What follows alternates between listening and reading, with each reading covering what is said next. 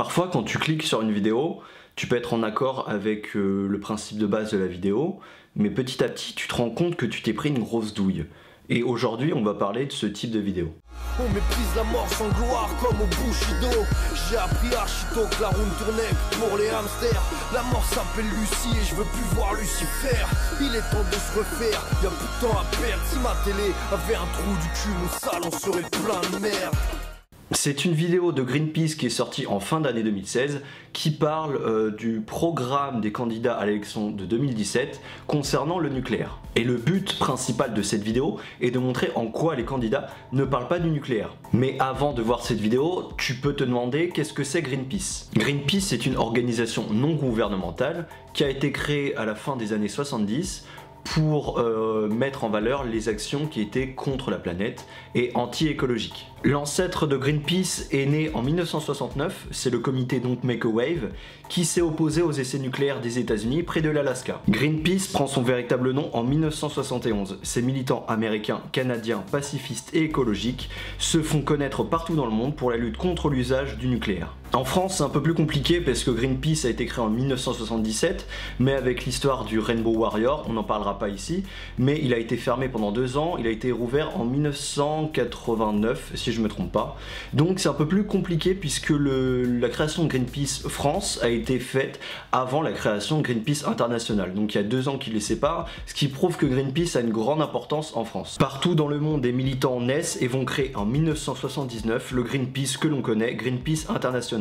Les premières actions de Greenpeace sont la lutte contre le nucléaire et la protection des océans. Mais peu à peu, l'organisation s'est battue contre les dérèglements climatiques, contre la pollution par les produits toxiques, contre la déforestation, puis contre les OGM au milieu des années 90. Donc en regardant cette vidéo, on peut avoir des avis plutôt positifs concernant le discours de Greenpeace. Mais bon, ça se complique un peu beaucoup quand tu vois que le mec qui a fait le doublage des personnages dans cette vidéo critique les SDF et les sans-abri. Comme d'hab, je croise les clodos récurrents qui pètent les couilles dans la gare. Donnez-moi une pièce, s'il vous plaît. Oh, excuse-moi gros, excuse-moi gros, t'aurais pas de genre 2 € pour me dépanner, je vais me prendre un sandwich. Et mec, il y a 2 secondes, il y a un autre gars qui t'a filé 5 balles. Pourquoi tu vas pas te l'acheter ton sandwich? Tu fais quoi, t'économises pour en acheter 20? Donc, coucou. Bref, on va commencer la vidéo. Tu as créé l'homme, Smith & Wesson nous a égalé. Casse les pattes de tes brebis pour pas les voir se garer. Qui sera le prochain président? Les candidats sont avec nous et nous continuons le débat sur le thème de la protection de l'environnement. Déjà je m'arrête parce que protection de l'environnement c'est un terme pour englober plein de choses et pour le coup c'est pas que par rapport au nucléaire. C'est aussi la protection des écosystèmes, c'est aussi la protection de l'air, de plein de choses, des nuisances sonores, il y a aussi le thème du développement durable dedans. Donc protection de l'environnement, c'est moyen. Question à Monsieur Fillon. Comment empêcher le réchauffement climatique? En critiquant les gens qui ne s'intéressent qu'à la forme, qu'aux personnes politiques en tant que personnes, eh bien Greenpeace là elle tape et critique les gens qui sont censés être plutôt de leur avis et alors ils vont vous dire que c'est une forme de critique de la société du spectacle, alors que non, pas du tout, c'est vraiment dégueulasse de taper sur les gens et commencer une vidéo sur le thème du nucléaire en faisant ça. Le nucléaire assure à la France une indépendance énergétique et est une source d'énergie inépuisable. J'aurais dû le passer au contrôle technique. Alors non, Fillon n'a pas raison lorsqu'il dit que le nucléaire est une source d'énergie inépuisable, puisque c'est pas vrai, puisqu'il y a beaucoup de ressources qui sont indispensables pour faire fonctionner une centrale nucléaire. Mais passons ça. Ce que fait Greenpeace, c'est critiquer le discours de Fillon en disant qu'il est rétrograde, qu'il est passéiste. Quelle serait la part du nucléaire dans la production de l'électricité en France? Eh bien, elle serait de 75%. Or, il ne faut pas oublier que l'énergie que l'on consomme en France provient d'une grande partie du nucléaire. 77%, voilà la part de l'énergie nucléaire dans la production d'électricité en France. La place de cette technologie est donc importante pour notre pays, qui est le deuxième producteur mondial derrière les États-Unis. Donc critiquer ce discours-là...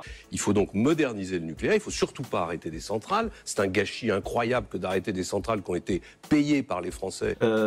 C'est critiquer le constat actuel de la production d'énergie française. Et si on va dans le fond des choses, on se rend compte que le discours de Fillon en réalité sur le nucléaire, c'est celui qui est dans la norme politique actuelle, c'est-à-dire garder les centrales nucléaires à un taux d'environ 70% pour faire fonctionner la France. Donc moi ce que je propose, c'est différent, c'est de maintenir le nucléaire aujourd'hui au niveau grosso modo où il est et de mettre le paquet sur les énergies renouvelables pour remplacer tout le reste, c'est-à-dire le pétrole, le gaz. Donc non, sur ce point-là, son discours n'est pas passéiste ni rétrograde. Tu as créé l'homme sous ses sol nous a régalé. Casse les pattes de tes brebis pour pas les voir s'égarer. Une idée, monsieur Mélenchon? Oui, monsieur. Moi, je sais. Il est temps que le peuple se lève contre l'impérialisme. Combattons les climato-sceptiques qui ne pensent qu'à s'enrichir. Suivez-moi et gagnons notre liberté! Jean-Luc Mélenchon, c'est le mauvais exemple. Pourquoi je dis ça? Parce que Jean-Luc Mélenchon, c'est celui qui a un discours le plus écologiste et qui est le plus proche des idées de Greenpeace concernant ça. Il faut être raisonnable et il faut se mettre au travail pour passer à une autre source d'énergie.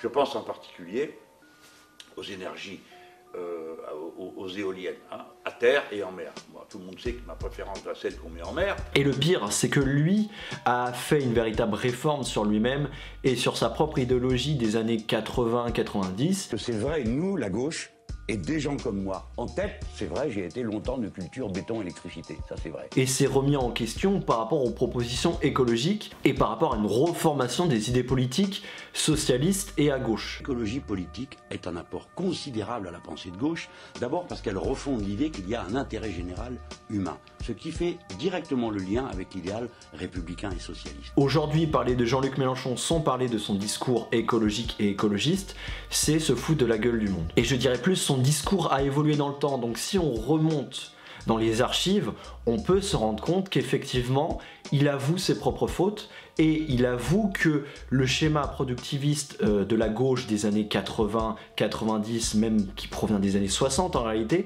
est dépassé dans le monde dans lequel nous vivons. Le nucléaire par exemple, une question qui divise voilà, la gauche. C'est une très bonne question. Le nucléaire, c'est la vraie question. Pourquoi? Parce que les uns ils sont opposés d'une manière que moi je considère comme obscurantiste. Bon, ils sont opposés parce que, bon voilà, la science, le progrès... Bon, non, pas les verts, pas tous. Hein. Et puis, il y a ceux qui, comme moi, se disent, voyons, à un moment donné, on a pensé régler un problème comme ça. Et on l'a plutôt bien réglé. Mais on est obligé de reconnaître que le nucléaire nous pose deux problèmes insurmontables. Premièrement, que fait-on des déchets? On ne sait pas. Et deuxièmement, le risque que comporte le nucléaire. Bien sûr, pour l'instant, en France, il n'y a jamais eu d'accident, touchons du bois. Mais quand il se produit une fois un accident, alors ça vaut 10 000 accidents dans n'importe quelle autre industrie et la catastrophe est totale. Et même quand on regarde la page actuelle de Jean-Luc Mélenchon, on se rend compte que oui, un discours écologique est proposé et que même le nucléaire est abordé de façon intelligente. Il faut sortir du nucléaire. Alors, le plus souvent, ça fait des histoires. On dit « Ah, vous vous rendez pas compte, c'est pas possible. » Mais j'ai jamais dit qu'on allait appuyer sur un bouton et qu'il n'y avait plus de nucléaire dans le pays. Il faut démonter les usines, mais il faut les remplacer par autre chose. Donc Greenpeace a volontairement égratigné ce candidat. Tu as créé l'homme sous ses sol nous a régalé. Casse les pattes de tes brebis pour pas les voir s'égarer. Votre proposition, Madame Le Pen? Écoutez, je propose un asile politique pour tous les ours blancs afin de remplacer les ours de couleur qui envahissent nos belles montagnes.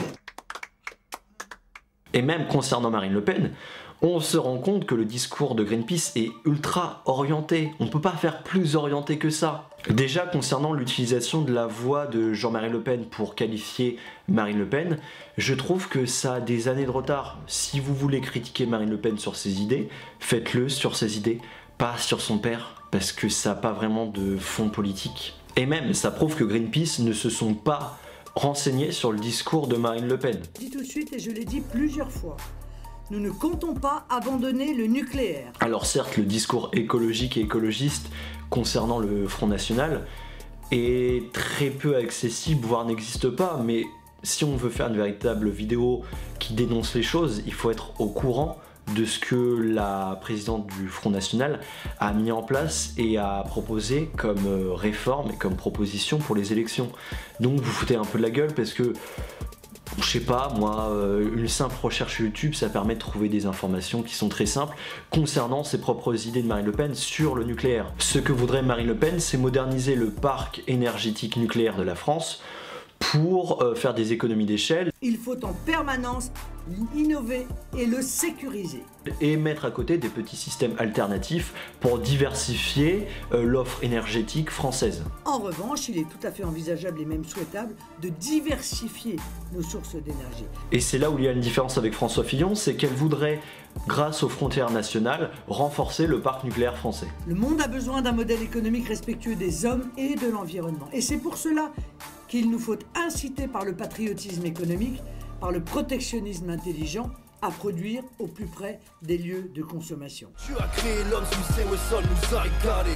Casse les pattes de tes brebis pour pas les voir se garer. Moi, j'ai mieux. Avant de partir, ma dernière mesure sera d'équiper la fonction présidentielle d'un scooter électrique. Moins de pollution, mais plus de style. Concernant François Hollande, je trouve que Greenpeace tape beaucoup, mais beaucoup trop fort sur lui, parce qu'on peut lui reprocher énormément de choses sur le domaine sociétal, sur le domaine économique, sur le domaine de la justice, plein de choses, qu'on soit de gauche, de droite, d'extrême gauche, d'extrême droite, mais sur le plan environnemental et écologique, je trouve que c'est un peu déplacé de taper François Hollande sur ce point-là. Parce que c'est facile de critiquer une personne en le caricaturant, en disant qu'elle n'a rien fait, et que ses réformes écologiques étaient futiles. Mais en réalité, on ne ferme pas des centrales nucléaires comme ça en appuyant sur un bouton, ça c'est le monde des bisounours. Fermer des centrales n'est pas une décision qui s'improvise. Aujourd'hui, la France en compte 19 sur l'ensemble de son territoire et ce secteur emploie environ 40 000 personnes. Elle doit se faire selon un calendrier précis, dans le respect des personnels, des territoires et de nos engagements en matière de climat. Mais même ça, on peut le critiquer, il n'y a pas de souci. Mais ce qu'a fait François Hollande concernant l'accord du climat et la COP21, je trouve que c'est un peu dégueulasse de le taper sur ça en disant qu'il n'a rien fait. Le combat pour le climat participe d'une lutte engagée depuis des siècles, des décennies pour la dignité humaine. Surtout que dans son processus politique à lui, il considère que cet accord de Paris qui a été signé en fin 2015 est une forme de nouvelle révolution permettant aux différents pays de la planète de se mettre d'accord sur la survie de la planète. Vous savez qu'ici, à Paris, ont été proclamés les droits de l'homme et du citoyen. Eh bien, grâce à vous, aujourd'hui, vous venez de proclamer les droits de l'humanité. Et c'est à cet acte, à cette révolution-là que je veux également souligner la portée de l'accord de Paris. Tu as créé l'homme, Smith & Wesson nous a régalé. Casse les pattes de tes brebis pour pas les voir se garer. Et moi, j'ai encore rien dit. Qui êtes-vous, monsieur? Bah, je suis Yannick Jadot, le candidat d'Europe. Désolé, l'émission est terminée. C'était Ken Brockman en direct de Paris, à vous Springfield. Alors on va s'intéresser à ce candidat d'Europe Écologie, puisque la vidéo nous suggère qu'il a été coupé et censuré par le présentateur. Nous pouvons nous interroger sur cette personne. Elle s'appelle Yannick Jadot. Et qui est Yannick Jadot? Mai 2002, Greenpeace occupe une raffinerie du groupe Esso, la première apparition médiatique de Yannick Jadot. Une nouvelle fois, ils ne nous ont pas répondu sur nos questions et ils nous ordonnent de quitter les lieux sous peine d'une amende considérable. Donc c'est une fois de plus les dollars contre le climat. En charge des campagnes au sein de l'association, il multiplie les coups de force contre le nucléaire ou la pêche au thon rouge. Posé au deuxième tour à Michèle Rivasi, sa patronne chez Greenpeace, Yannick Jadot fait figure de favori. Vous avez pertinemment fait semblant de couper une personne qui est de votre bord politique pour qu'on s'intéresse à votre bord politique et qu'on se rende compte que Yannick Jadot est lié à Greenpeace. Vous avez fait toute une vidéo pour nous dire... Vous Vous avez fait toute une vidéo pour nous dire que Fillon c'est de la merde, que Mélenchon ne va pas assez loin, que Marine Le Pen est restée une odieuse raciste, que François Hollande n'a rien fait pour l'écologie, et vous vous demandez pourquoi on s'intéresse pas à la politique. Eh bien regardez vos méthodes. Pinaise, je comprends rien de la politique.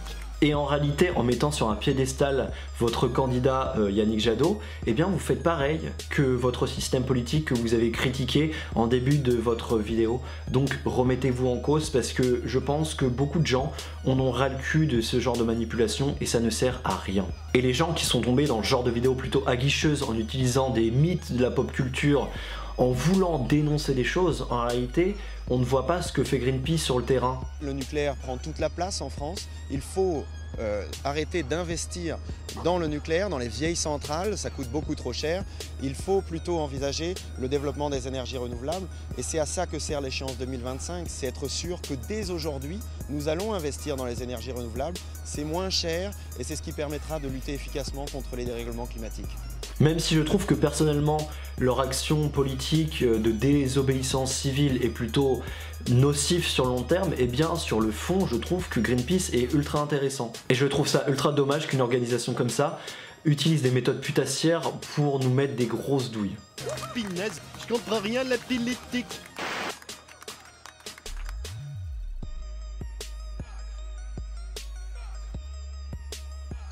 J'espère que la vidéo vous a plu et à la prochaine pour un nouveau direct. Créer l'homme suissé au sol nous a régalé. Casse les pattes de tes brebis pour pas les voir se garer. J'claque de l'oseille, claque de l'oseille. Ou j'claque de l'oseille avant que l'Africain me craque. J'craque le soleil, traque le soleil. Ouais, j'craque le soleil avant que la grisaille me craque. Moi j'trouve pas sommeil, trouve pas sommeil. Ouais, quand j'trouve pas sommeil, j'vais crier à balle au braque. J'dors que d'une oreille, dors que d'une oreille. Ouais, j'dors que d'une oreille.